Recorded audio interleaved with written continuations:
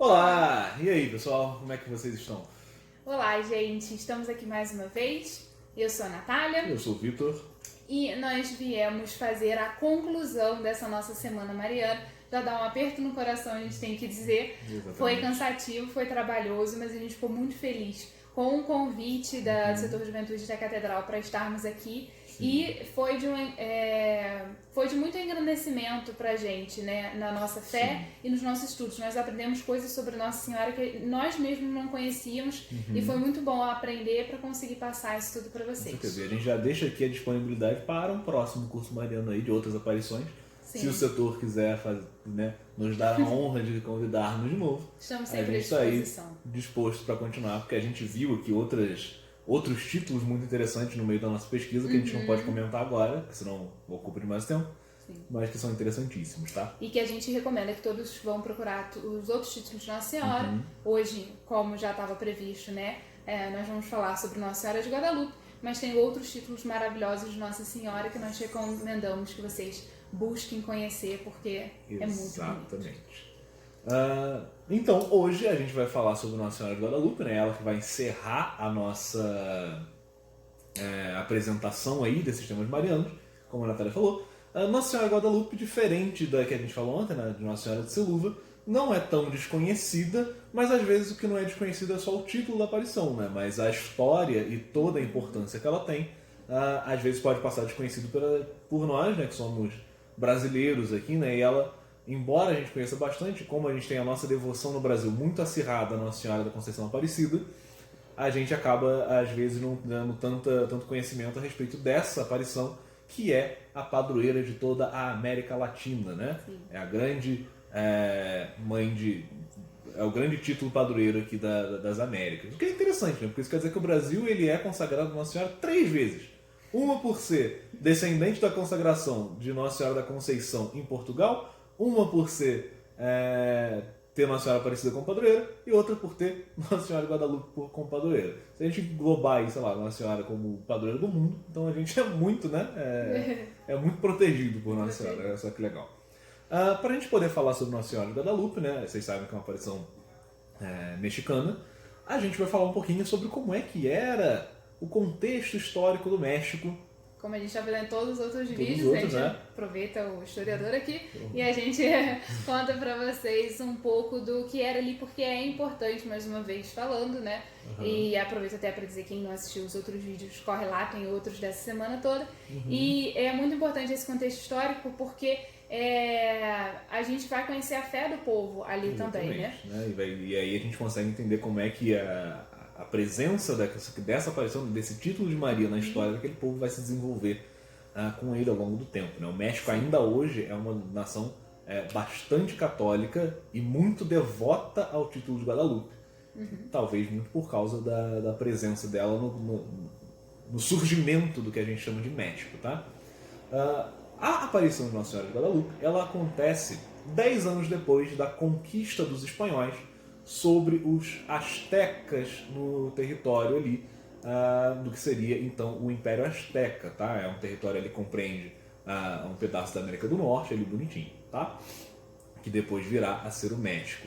Vamos falar então sobre algumas coisas, sobre alguns aspectos históricos, né? Então, primeiro, o México Azteca, né? A gente fala sempre quando a gente vai ouvir sobre Nossa Senhora de Guadalupe, sobre o Juan Diego, né? Que seria esse sotaque espanhol maravilhoso meu aqui, né? Que é o vidente de Guadalupe. Juan Diego, muitas pessoas, né, sempre que a gente ouve falar, vão falar, era um índio mexicano, tá? Só que quando a gente pensa em índio, a gente normalmente está condicionado a pensar no índio que a gente cresceu vendo aqui no Brasil, que era o índio, sei lá, da Turma da Mônica, né? O índio típico brasileiro, o cara, sei lá, peladão que convive com as onças, né? Não é esse que é o índio mexicano, tá? Ou então a gente talvez até pense num índio norte-americano por causa dos desenhos do Pica-Pau ou qualquer coisa do gênero, que era aquele índio com aquele cocarzão e com aquelas peles de urso, né? Também não é esse o índio mexicano, embora o índio mexicano esteja mais perto desse do que do nosso, tá? Quem eram os índios mexicanos ali da região, né? Eram os membros do Império, né? do Reino Azteca, tá? Eu não vou entrar em muitos detalhes sobre a cultura azteca, mas o que a gente precisa saber é que era uma cultura extremamente... como é que eu posso dizer? Porque eles teocêntrica em certo sentido, né? Eles tinham uma religião que era muito forte dentro das suas práticas, tá? Essa religião era uma religião muito ritualística, politeísta, e a exemplo de outras nações pré-colombianas, né, de outros povos que viviam aqui nas regiões das Américas antes da chegada dos europeus, era uma nação de rituais religiosos bastante violentos, né? Sacrifício humano era uma coisa muito comum, a dedicação desses sacrifícios aos seus principais deuses, né? O deus do sol, para que houvessem boas colheitas, para que houvessem bons resultados econômicos. Além disso, uma coisa que é importante saber é que os astecas não eram uma tribo pouco desenvolvida, tá? Eles eram bastante sofisticados na sua administração e na maneira com que o seu império fluía, tá? Bom, então quando os espanhóis chegam até as Américas, até a região ali do México, durante a expansão marítima espanhola, lembra que, quando a gente falou lá no começo, a gente falou sobre a expansão marítima portuguesa, a gente falou que Portugal e Espanha eram nações muito católicas, tá? E, de fato, a Espanha vai ser muito importante também para a propagação da fé, tá certo? Vão chegar então os espanhóis ali e eles vão começar um conflito, né? Algumas guerras que vão se estabelecer para o domínio daquela região, tá? Sobre a bandeira, né? E sobre o comando do Cortés, né? O Cortés que é um explorador espanhol famoso da época, tá? Enfim, finalmente ele vai conseguir dominar o México em 1521 e com a dominação dos espanhóis sobre os mexicanos, os mexicanos vão existir depois, né? Sobre os astecas, vai começar a se expandir de fato a fé católica no Novo Mundo espanhol, tá? No Novo Mundo ali, no que viria a ser a cidade do México, beleza? Coisas importantes sobre isso. Por que é importante essa contextualização toda, né? O Juan Diego, quando ele vai acontecer o encontro dele, a Natália já vai falar com vocês daqui a pouquinho, um pouquinho mais, ele é um cara que já tem lá os seus 50 anos, tá? Isso quer dizer que pela maior parte da vida ele foi um asteca e provavelmente um praticante desses aspectos religiosos comuns aos astecas, tá? É importante a gente entender isso para a gente poder perceber como é que a devoção e a santidade elas sempre se dão de acordo com a conversão e sempre são possíveis de ser alcançadas. Uhum. Beleza? Juan Diego, então, em 1531, ele estava indo para a cidade do México. Ele vai relatar que ele estava... um garfo de vaquinha que está nos acompanhando nos vídeos. Ele relata que ele estava indo para catequese, né? Então a gente vê aí uma pessoa que foi batizada recentemente, ele e a esposa, eles tiveram uma conversão e um batismo recente, e ele estava indo até a cidade do México, então, para receber uma catequese, né? Isso era num sábado, e quando ele estava a caminho da cidade do México, ele estava indo a pé, ele ouviu o canto de alguns pássaros, e ele relata que foi maravilhoso, ele se sentiu no céu, né? E quando ele olha para a colina que tinha ali perto, ele viu uma senhora toda majestosa, com roupas maravilhosas, linda, e começou a falar com ele, e ela tinha uma fala muito doce, muito suave, muito acolhedora, né? Então ele vai, na conversa com Nossa Senhora, ele vai mostrar que ele logo percebeu que era a grande senhora que ele tinha devoção, né? Então a gente vai ler um pouco dos diálogos que aconteceram, porque são muito bonitos, e ela vai começar a chamar então ele. Ela vai falar, Juanito. Gente, eu não sei se o meu espanhol tá correto, mas a gente acha que tá assim, a gente tem um pouquinho de espanhol, mas não é grande coisa. Então, pelo que ela tava dizendo com ele, era Juanito, Juan Dieguito, e aí ele se surpreende, né, dela tá se dirigindo a ele, e ela vai falar mais uma vez, Juanito, o mais pequeno dos meus filhos, aonde vais? E aí ele diz para ela, né? Minha senhora e minha menina, tenho que ir à tua casa de México Tlatelolco, acho que é esse. Isso não está em espanhol, isso daí está em asteco. Gente, perdoa a gente se as pronúncias não estiverem corretas, mas o nome é mais ou menos esse. Sim. Para aprender as coisas divinas que nos ensinam os nossos sacerdotes enviados de Nosso Senhor.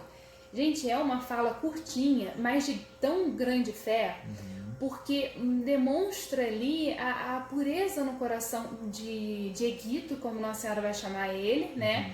Primeiro que ele sempre se considerou pequenino, né? Sim. Ele já tinha ali 50 anos na aparição, mas ele tinha um coração de criança, né? Como Jesus sempre vai falar no Evangelho, deixai vir as minhas criancinhas. A gente repara que não só nessa aparição de Nossa Senhora de Guadalupe, mas em todas as outras aparições que aprendemos essa semana, a gente via que Nossa Senhora escolhia pessoas simples, de coração puro, pessoas que se colocavam pequenas diante de Deus. E esse era Juan Diego, né? E com muita simplicidade, muita fé, como eu falei, ele reconheceu ela como mãe, porque ele vai falar, tenho que ir à tua casa no México, né? Então a casa dela. Exatamente. A gente sabe que esse tua casa no México, ele com certeza está falando da igreja, porque lembra, ele estava indo tomar a catequese, né? Sim. E a catequese era dada onde? Da igreja. Então, Sim. com certeza ele está falando isso, querendo dizer que ele está indo para a igreja, né? A Virgem vai dizer então para ele o que ela quer. Ela vai falar para ele assim: sabe e compreende bem, tu, o mais pequeno dos meus filhos, que eu sou a sempre Virgem Santa Maria, Mãe do verdadeiro Deus, razão do nosso viver, do Criador dos homens, do que está próximo e perto, o dono do céu, o Senhor do mundo. Desejo vivamente que me ergam aqui um templo, para nele mostrar e dar todo o meu amor, compaixão, auxílio e amparo, porque na verdade eu sou a vossa mãe bondosa, tua e de todos vós que viveis unidos nessa terra e dos outros povos, que me amem, que me invoquem, que me procurem e confiem em mim. Aí eu escutarei o seu pranto, as suas dores, as suas tristezas, para remediar e curar todas as suas penas, misérias e dores. Né? É bem bonito a devoção que o Juan ele vai ter em tão pouco tempo de conversão, né? Porque lembra que só tem 10 anos que o México está conquistado, né? Só tem 10 anos de expansão da fé. E como a gente vem falando todo esse tempo, né, aquela famosa frase, Deus não opera milagres onde não há fé, né? Ele não opera graça onde não há fé. Então, certamente no coração de Juan Diego havia uma fé muito intensa, ao ponto de que, olha só que coisa interessante, não só ele se apresenta de uma vez só para ela, né? Ele já reconhece ela de cara, né, como a Natália falou, mas ela se revela também de uma vez só. Né? Nas outras aparições que a gente viu, sempre tem um jogo ali até ela falar quem ela é de fato, porque demora um pouco, né? São os planos de Deus, eu não entendo porquê, mas sempre demora um pouco. Aqui não, ela fala logo na primeira aparição, eu sou a sempre virgem e a mãe de Deus, né? Isso é bonito, porque isso também vai fortalecer a fé do povo, né? Porque é algo completamente novo para eles, né? É muito diferente da cultura deles, então acreditar naqueles que estão ali evangelizando também deve ser difícil para eles, né? Então é muito bonita essa presença de Maria, que já mostra como mãe de todos eles, né? Sim. E o Juan Diego, até inclusive, ele vai pegar muitos exemplos dos franciscanos que catequizaram ele, Sim. né? E ele aprende toda essa devoção com eles. Então, ter essa afirmação da própria Mãe de Deus, dizendo que ela é a mãe deles e para eles confiarem nela, é muito bonito. Aquilo vai ser muito, essa aparição vai ser muito importante para a fé daquele povo, né? E Nossa Senhora vai pedir para ele então ir até o bispo. Exatamente, né? E ela vai prometer, ele vai fazer uma promessa. Lê aí pra gente. Ela vai dizer assim, primeiro vai pedir, né? Vai até o bispo e fala com ele que quer construir aqui a igreja, então ela vai concluir. E está certo de que hei de agradecer-te e pagar bem, pois vou fazer-te feliz na terra e merecerás que recompense o trabalho e fadiga com que vais realizar o que te peço. Olha que ouviste no meu pedido, meu filho mais pequeno, vai e põe nele todo o teu esforço. E Dieguito vai. E aí ele vai com toda a certeza da missão que ele tem para fazer. Ele vai até o bispo Frei Juan, e ele vai contar ao bispo, né, ele, se eu não me engano, ele participou da missa também naquele dia, algumas fontes que a gente viu contavam alguma coisa assim, ele participou da missa e assim que terminou, ele foi correndo ao bispo para conseguir conversar com ele. E ali ele vai falar com o bispo tudo que ele viu, tudo que Nossa Senhora falou com ele, mas o bispo, em primeiro momento, ele fica um pouco vai acreditar tudo assim, porque o cara é um índio que está fazendo catequese, né? Então... Sim. Ele se surpreendeu e, em primeiro momento, ele não acreditou. Achou que era bobagem e deixou passar, né? Ou para ver também qual seria o resultado. E aí, ele despediu o Juan Diego e o Juan Diego vai voltar correndo para Nossa Senhora. Sim. Lá ele vai falar com ela, falar, olha, minha senhora, ele vai dizer o que aconteceu, vai dizer que infelizmente as pessoas não deram crédito e pede a ela que mande outra pessoa que seja mais douta, né? Que seja uma pessoa que já tenha mais nome na cidade, que seja mais respeitável, porque ele reconhece a sua pequenez. Eu acho que isso é uma coisa muito interessante. Olha só o tamanho da humildade dessa pessoa, né? Ele vê a Mãe de Deus, ela fala com ele, e não é que ele viu uma vez, né? Se a gente parar para pensar, é até uma aparição mais surpreendente do que a de Fátima em algum sentido, que é o sentido de que ela não está marcando uma hora para estar ali. Todas as vezes que ele passa no caminho, Nossa Senhora está lá. Se ele quisesse passar a noite conversando com ela, ele passaria a noite conversando com ela ali, né? Ela está ali praticamente à disposição de Juan Diego para que ele possa fazer esse contato entre ela e o bispo. Isso é muita coisa, né? Sim. Então ele volta até ela, poderia voltar extremamente irritado, provavelmente se fôssemos nós, voltaríamos irritados, falando, quem é esse bispo que não está me ouvindo? Eu falo com Maria, né? Mas não, ele volta até ela e pede para ela que envie alguém mais capacitado, porque ele reconhece a sua pequenez, ele não se irrita com o bispo que não ouviu, na verdade, ele acha que o bispo é sensato, por não ter ouvido um cara que está fazendo catequese falando que viu a Virgem Maria, né? E ela vai dizer para ele, ouve o mais pequeno dos meus filhos, compreende que são muitos os meus servidores e mensageiros a quem posso entregar de levar a minha mensagem e fazer a minha vontade, mas é absolutamente necessário que seja tu próprio a pedir e a ajudar a que a minha vontade se cumpra por tua mediação. Isso é muito legal também. A Maria, ela está concordando com ele, em certo sentido até com o bispo. Ela está falando, realmente, eu poderia mandar qualquer um, eu tenho, né?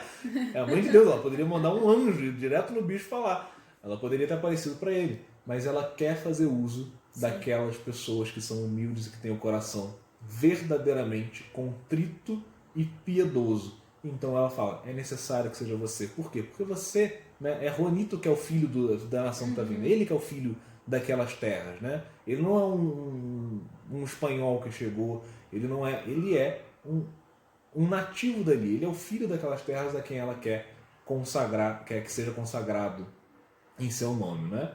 Então vai falar, né, para ele, é necessário que seja você. Então, Juanito, ele vai se sentir reconfortado por aquilo, né, pelo apoio de Nossa Senhora, e vai decidir voltar até o bispo. Quando ele chegou no bispo, ele contou de novo tudo o que aconteceu, e o bispo começou a ficar surpreso, porque ele achou que o Juanito ia sumir, esquecer da história, achou que era bobagem. Mas não, quando ele volta, mostrou pro bispo que é sério, e que Nossa Senhora está aqui, que Nossa Senhora está pedindo. E isso foi cerca de um dia depois do outro. Um dia ia Nossa Senhora, no outro no bispo, Nossa Senhora no bispo. Então, estava sempre de um dia depois do outro fazendo isso, e o bispo começou a tomar fé naquilo, mas ainda precisava de um sinal. Ele falou, então pede a ela que me mande um sinal para que eu acredite. E aí o Juanito, ele vai passar em casa, e quando ele chega em casa, o tio dele tá muito doente, né? E ele vê ali, sente muito preocupado com o tio também teve a sua conversão, também era muito devoto. Também chamava Juan. Também chamava Juan? Chamava, só não lembro qual que é o segundo nome, mas é Juan alguma coisa também. O Frei também era Juan, né? Todo mundo era Juan ali. E aí ele... Todo mundo era Juan porque o nome do bicho era Juan, só batizavam de Juan, né? Eu não sei, porque o nome de batismo de Juan Diego é esse, tá? Ele não nasceu, o nome asteca dele é outro, mas esse é o nome dele de batismo. Bom, aí ele ficou muito preocupado com o tio, e o tio pediu a ele que procurasse um frei, né? Ali tinha os freis que evangelizaram ali, ele pediu para que fosse buscar um frei para que pudesse dar o som dos enfermos para ele. E aí o Juan Diego saiu correndo e foi procurar o mais rápido possível alguém que pudesse vir dar auxílio para o tio. Só que ele tinha que ir para Nossa Senhora, ele tinha que pedir um sinal para Nossa Senhora. E aí ele tenta desviar o caminho para que Nossa Senhora não veja ele. Porque ele acha que não vai dar tempo de pegar o padre, tempo de dar a extremação pro tio e falar com Nossa Senhora no caminho, que ela sempre para e fica lá, ó, batendo papo aí. Então ele tenta buscar o padre correndo pro padre ir lá para depois ele encontrar com Nossa Senhora. E Nossa Senhora vai até ele. Ele não deixa barato não, ele fugiu do caminho e ela vai encontrar com ele num local diferente, então, mas era o local que ele tá passando. E ela viu que ele tá preocupado, aflito, e que ele não foi encontrar com ela. E ela vai perguntar pra ele: "Que se passa, meu filho, mais pequeno, aonde vais?" Exatamente. E ali eu penso que ele também sentiu: ai meu Deus, ela veio até aqui, eu não fui encontrar com ela, ela veio até aqui, talvez tenha sentido até um pouquinho de vergonha. Aí ele vai primeiro desviar um pouquinho ali, a gente pelo que ele vai falar, mas ele vai conversar com ela. Sim. E sempre com muita humildade, né? Sim, ele vai falar com ela assim: "Minha menina, a mais pequena das minhas filhas, senhora, oxalá estejas contente. Como acordaste? Está bem de saúde, ó minha senhora e minha menina?" Acho isso aqui muito interessante, cara, porque ele é... Muito bonitinho. Ele obviamente é uma pessoa muito humilde, inclusive doutrinariamente, né? Ele tá perguntando pra ela como é que a Maria acordou, se ela tá bem de saúde, se ela pudesse adoecer, né? E é legal porque ele chama ela de a mais pequena das minhas filhas, né? Sim. Por quê? Porque é assim que ela tem tratado ele. Então ele pensa, provavelmente na sua humildade, que esse é o jeito educado de se tratar as pessoas, né? Então, obviamente Maria não era filha do Juan Diego, né? Não faz muito sentido nessa colocação. É diferente que ele era filho dela pelo batismo e pela filiação natural né, dos homens. Mas ele vai tratar ela de uma forma parecida porque é assim que ele aprendeu com ela. Isso é muito interessante. E né? aí ela vai responder para ele, Sim. né? Com essa forma pura e bela, né? Sim. Ouve e entende bem, meu filho, mais pequeno, que aquilo que te assusta e te aflige não é nada. Não se perturbe o teu coração. Não temas essa doença, nem qualquer outra doença ou angústia. Não estou eu aqui, que sou tua mãe? Acaso não estás sobre a minha proteção e o meu amparo? Não sou eu a tua saúde? Não estás, porventura, no meu regaço e entre os meus braços? De que mais precisa? E é muito legal essa frase por causa do seguinte, gente. Isso aqui é uma reflexão que eu e a Natália estava tendo. Desculpa aí o telefone, não tem problema não. Uma reflexão que eu e a Natália estava tendo que é o seguinte. Como a gente está acostumado na nossa vida aí de católico, principalmente no setor da juventude e tudo mais, a gente está acostumado com uma coisa, que é o seguinte. Todo mundo adora quando o santo briga com as pessoas, todo mundo adora quando o santo dá um tapa na cara das pessoas, dá um fora nas pessoas, todo mundo acha o máximo, né? Aquela cena do Padre Pio batendo na cara do cara do filme, todo mundo acha isso incrível. Então, se divulga essa história com um tom de voz que parece que Nossa Senhora está falando assim com ele. Mas o que te preocupa? Não tô eu aqui que sou tua mãe?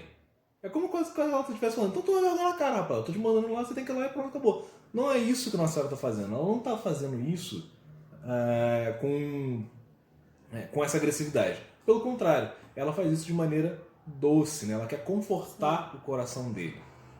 Né? Isso é muito interessante. Então, gente, essas qualidades de Nossa Senhora, né? De ser cheia de ternura, cheia de amor, a gente lembra que ela já é assim, né? Então a gente lembra que Nossa Senhora, ela é a esposa do próprio amor. Então, que essa questão dela tratar o Juan Diego com tanta ternura, com tanto amor, com tanto acolhimento, já são características próprias dela, né? E isso é muito bonito, porque, como a gente disse, era o que era necessário para aquele povo e é o que é necessário para nós também. Todos nós somos acolhidos debaixo desse manto, debaixo desse amor, dessa ternura de Nossa Senhora. Exatamente. E aí a história vai seguir, né? Vai seguir o seu rumo. Ela vai falar isso com ele e aí vão existir algumas versões, né? Algumas vão dizer que o Juan Diego ele pegou lá as flores, né? As rosas e levou até ela. Eu encontrei uma até que fala que ele nem estava indo já do padre, que ele vai lá colher as flores depois e leva até ela. Mas em geral o que a gente sabe é o seguinte, né? Nossa Senhora vai entregar para Juan Diego o sinal que o bispo pediu, que é o manto, né? Aquele manto cheio de rosas, né? O manto com as rosas que ele vai levar até o bispo, tá? Sim, essas rosas, então, e uma das fontes, né, que a gente achou a história, a que eu achei mais bonita, que eu acho que é a mais comum também, mas como o Vitor falou, tem várias, é que ela pede para ele colher as rosas no campo. Sim. E aquilo, só as rosas, a gente vai conhecer a história do manto, mas só as rosas vão surpreender muito o bispo.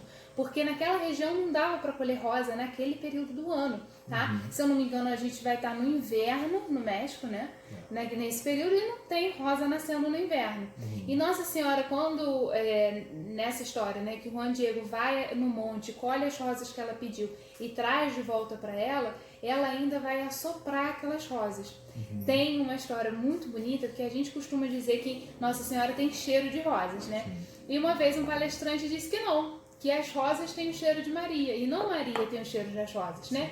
E ali a gente vê esse sopro de Maria, lembra que Deus sempre usa o sopro para dar a vida, né? E Nossa Senhora, ela não sopra e dá a vida por não ser Deus, mas ela carrega as qualidades do Espírito Santo que Deus colocou nela, né? Então, aquele soprar as rosas é muito, muito simbólico, né? Tem uma mensagem divina muito bonita naquilo, nessa mensagem do Senhor. E aquelas rosas, com certeza, vão ficar muito cheirosas a partir daí. Sim. Também é interessante essa questão, né? Tem uma das palestras que a gente viu para dar essa daqui, em que uma senhora, ela tá falando sobre esse evento, ela fala que quando o Juan Diego ele vai pegar o manto que ela vai entregar, ele vai lá pegar, ele fica tão próximo dela que ele consegue sentir a respiração, né? O hálito de Nossa Senhora. Isso é interessante não só porque a gente vai ver lá toda a questão do aroma, né? Que é muito, muito bonito e espiritualmente muito edificante pra gente, mas até numa questão seguinte, quem tem hálito, né? O que é o hálito? O que é o respirar? É a qualidade de quem está vivo, né? Então, se ele sente isso quer dizer que não era só um espírito, né? Nossa Senhora não é só uma aparição, né? É semelhante ao que os apóstolos vão pensar de Jesus, né? Não é só um fantasma, mas é alguém que está vivo ali de fato, tá? Então ela vai entregar o manto para ele vai levar até o bispo. Quando o bispo vê o manto, e ele vê que aquilo não poderia ser pintado por mãos humanas, né? Não tem pinceladas no manto, né? O manto ele é como que impresso a imagem do manto. O bispo acredita, né? Ele vai cair por terra e vai acreditar. Então, dali em diante, vai começar a devoção a Nossa Senhora de Guadalupe. A igreja vai ser construída a partir disso, tá? Uma coisa interessante é que, e aí também vão ser várias histórias diferentes, né? Depois, eles vão até o tio do Juan Diego, e o tio do Juan Diego, ele vai estar curado da sua doença, né? Sim. Quem vai curar ele, meu amor? Nossa Senhora. Exatamente. Né? Então, que manto é esse que o Vitor está tão falando por aqui? É a famosa imagem que nós temos de Nossa Senhora de Guadalupe. Então, o Juan Diego, ele cobriu as rosas com aquele manto, vamos dizer aí, que era a capa que ele usava, né? Aqueles ponchos mexicanos, né? Sim. Era tipo aquilo. Ele cobriu aquelas rosas com aquele manto e levou pro bispo, né? Tem também quem diga que foi Nossa Senhora que já entregou aquele manto para enrolar as rosas. E o Juan Diego não viu o manto. Quando ele chegou, ele também se surpreende na frente do bispo. Quando eles desenrolam o manto, dentro do manto a gente tem ali a imagem de Nossa Senhora de Guadalupe. Essa imagem, então, ela tá impressa no pano, tá? Essa imagem não foi pintada, não, e aí foi examinada por vários cientistas. Não foi uma imagem pintada por mãos humanas, ela tá como que impressa ali na... Que pra época, hoje em dia já é muito difícil fazer uma impressão daquela, porque sim, né? Tem lá os detalhes todos. E na época era literalmente impossível. Não existia impressora, né? Na época. Então, nem estamparia, né? Não tem como fazer aquilo. E aí a imagem, então, tem Nossa Senhora. Nos pés da imagem tem as rosas que ela pediu para levar para lá. Essas rosas, a composição delas na imagem formam notas, tá? Notas musicais. Então foi composta uma música pela Orquestra Sinfônica. Composta não, ela já pegou as cifras. Eu não sei muito esses termos de música. Mas pegou a composição das rosas no manto, formam uma cifra e teve uma Orquestra Sinfônica que fez, fazer tocou. A música aqui. E é lindíssimo, lindíssimo. Todas as réplicas que são feitas da imagem, tá? Então alguém que vai lá pintar a imagem, E aí eles tentam tirar as notas das réplicas, não dá certo. Eles só conseguem ruído porque a característica da música é o quê? Né? Ruído ordenado, não organizado. Na imagem original tá tudo perfeitamente ordenado. Inclusive tem no YouTube, vocês conseguem achar a música aí original tocando. E aí, outro detalhe do manto, né? Nossa Senhora, ela olha, o olhar dela, que quando analisaram, o olho parece ser realmente um olho humano e não só um olho de desenho. E dentro do olho de Nossa Senhora tem o olhar dela pro Juan Diego. Na verdade, tem mais 12 pessoas, então são ao todo 13 pessoas dentro do olho de Nossa Senhora, né? E uma das pessoas é o bispo, e dentro do olho do bispo tem o Juan Diego segurando o manto, mostrando para ele. É lindíssimo. Então aí nós temos 2 grandes milagres realizados por Nossa Senhora, as flores que não existiam naquele momento e o manto que contém tantos detalhes miraculosos ali. Muita coisa. A respeito do manto tem muita coisa para vocês lerem na internet. Gente. É realmente muito rico, assim, a quantidade de coisas detalhes extraordinárias e de detalhes que o manto de Nossa Senhora de Guadalupe tem e que desafia até hoje ali a ciência moderna a conseguir encontrar tudo e tentar entender como é que aquilo foi possível. A gente sabe que foi possível porque não foi impresso, né? Aquilo foi uma graça de Deus para nós. Bom, enquanto tudo isso estava acontecendo, né? Como você falou, o tio do Juan Diego estava sendo curado também por Nossa Senhora. O Juan Diego vai ficar 2 dias com o bispo, tá? E aí depois disso ele falou, agora tem que ir embora, tem que cuidar do meu tio. E como o Vitor falou, ele já estava curado nesse momento, né? Quando ele chegou lá. E aí o próprio Juan Diego ia dar a notícia, né? Que Nossa Senhora, tudo que estava acontecendo com Nossa Senhora. E o tio já sabia, porque ela tinha aparecido contando pra ele. Sim, ela já tinha aparecido lá para curar ele. Exatamente. Bom, aí então a fé de Nossa Senhora de Guadalupe ela vai se expandir, né? Vai crescer, vão criar ali a primeira igreja e tudo mais. E a fé de Nossa Senhora de Guadalupe vai se expandir no México e do México para o mundo, né? O México ele vai ter muitas comunidades espalhadas pelo mundo todo e sempre vai se levar essa fé. Alguns detalhes, né, algumas coisas que são interessantes é que essa fé, por exemplo, vai ser muito importante, vai ser talvez muito difundida também na época da rebelião dos cristeiros no México, durante o governo do ditador maçom que vai proibir ali as manifestações religiosas, né? Tem um filme, eu não lembro o nome do filme agora, mas que é muito famoso, a cena dele ficou no Facebook, né, do menininho que morre lá na Guerra da Cristã, que é torturado, tudo mais para negar a fé. Então, Viva Cristo Rei, né? Exatamente. Ali também a fé mexicana era salvaguardada e nenhum mexicano, eu acredito, católico vai discordar disso, muito pela devoção e pela intercessão da Virgem de Guadalupe, tá, gente? Bom, e aqui a gente lembra ainda um outro detalhezinho de Nossa Senhora em Guadalupe, que ela é a mulher do Apocalipse, tá? Outro detalhe que o manto vai revelar é que ela estava com um cinto preto. E isso significava... dos indígenas lá, dos astecas. Sim, significava que ela estava grávida, ela tinha os cabelos soltos, então significava que ela era virgem, tá? E ela, quando ela apareceu lá no campo, lá na colina pro Juan Diego, ele falou que ela reluzia como um sol. E da pedra onde ela estava, ela tinha uma pedra ali em cima, saíam raios, também saía a luz. Então a gente vai lembrar aí da mulher do Apocalipse, Nossa Senhora. Então, aqui fazendo uma grande conclusão, né, desse nosso curso mariano, a gente recorda toda a intercessão de Nossa Senhora, a gente revigora, a gente deseja que isso seja revigorado no coração de todos vocês também, que estão nos acompanhando, esse calor de mãe, esse aconchego, esse acolhimento, né? E que isso engrandeça na fé de vocês. E a gente lembra que, na verdade, é uma grande batalha que Nossa Senhora abraçou por nós, porque ela não tem pecado, mas nós temos, ela abraçou essa batalha por nós. E ela é a mulher do Apocalipse, né? Aquela que foi prometida no Gênesis, que pisaria na cabeça da serpente, e que lá no Apocalipse ela está enfrentando uma grande batalha. Então houve uma grande batalha no céu, E ali vai ter o relato da mulher grávida, ela era... Sim, e ela era revestida de sol, tá? E todos esses detalhes do sol a gente vai ver nessas outras aparições que nós vimos também. Nossa Senhora de Fátima, que vai ter a sua imagem, o sol, luz refletida no sol e o sol nela. Nossa Senhora Aparecida, que foi colocada lá no Santuário de Aparecida, tudo dourado em volta dela, representando o sol também. Quem mais que estava ali com isso? Tem outras aparições que a gente não contou, mas que todas elas vão mostrar ela pisando na cabeça da serpente, a lua nos seus pés. A Imaculada Conceição também era uma...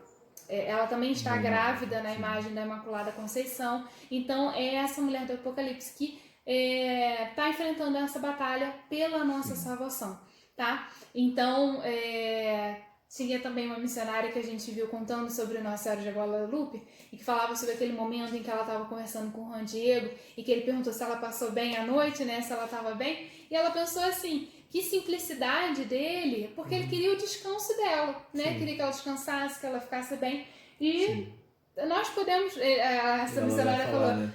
É engraçado porque até na hora que ela fala, ele queria que Nossa Senhora descansasse, aí todo mundo ria, ela fala, mas nós também podemos querer que Nossa Senhora descanse, né? Ela descansa quando nós fazemos o trabalho que ela gostaria de fazer. E aí ela encontra na gente uma... Ela não precisa, né? Tá ali. Ela descansa quando nós fazemos a vontade do Filho dela. Sim, exatamente. Porque ela tá o tempo todo aqui falando com a gente. Rezem o terço, como ela pediu em Fátima.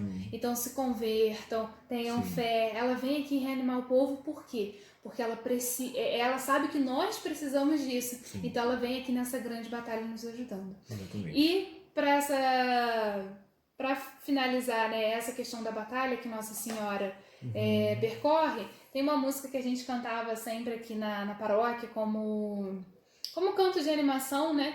E aí eu fui procurar esse versículo dos Cânticos dos Cânticos, tá? No capítulo 6 vai falar: És formosa, amada minha Tirsa, graciosa como Jerusalém, temível como um exército em ordem de batalha. Então é ela, temível como exército de batalha, que vai à frente nessa nossa grande batalha para que cheguemos aos céus. Exatamente. Então fica aqui o nosso desejo, né, que Nossa Senhora esteja presente na vida de cada um de vocês. Mais uma vez, como a gente disse no início desse curso, foi uma alegria muito grande, uma graça muito grande de aprender melhor sobre Nossa Senhora e de tudo que nós passamos essa semana de estudos para passar essa palestra para vocês. Esse curso. Então nós agradecemos muito a todos que participaram. Esse vídeo de hoje, vocês vão notar que ele tem umas luzes aí diferentes, teve um corte aí no meio, que teve uma ligação. De gravar no meio e continuar depois, aí complicou, mas gente, tudo certo. Tudo certo. A vida que segue, a vida é assim, não tem problema não. Tá? Então, pra gente poder encerrar, vamos fazer só rezar uma Ave Maria, né? Juntos aqui, para que a gente possa pedir que essa senhora que foi prevista no Gênesis, a senhora que virá no Apocalipse, essa senhora que combate junto da humanidade as suas grandes crises espirituais, grandes guerras, como a gente viu na Senhora de Fátima, que combate grandes pestes, como a gente viu com Salus Populi Romani, né? Que essa mesma senhora, essa mãe de Guadalupe, essa senhora nossa, venha também ao nosso socorro no momento que nós vivemos, nesse momento de pandemia, nesse momento de grande preocupação de todos nós. Ave Maria, cheia de graça, o Senhor é convosco, bendita sois vós entre as mulheres e bendito é o fruto do vosso ventre, Jesus. Santa Maria, Mãe de Deus, rogai por nós, pecadores, agora e na hora de nossa morte. Amém. Nossa Senhora de Guadalupe, rogai por nós. Santa Maria, Mãe de Deus, rogai por nós. Em nome do Pai, do Filho e do Espírito Santo. Amém. Tchau, gente. Até a próxima. Até.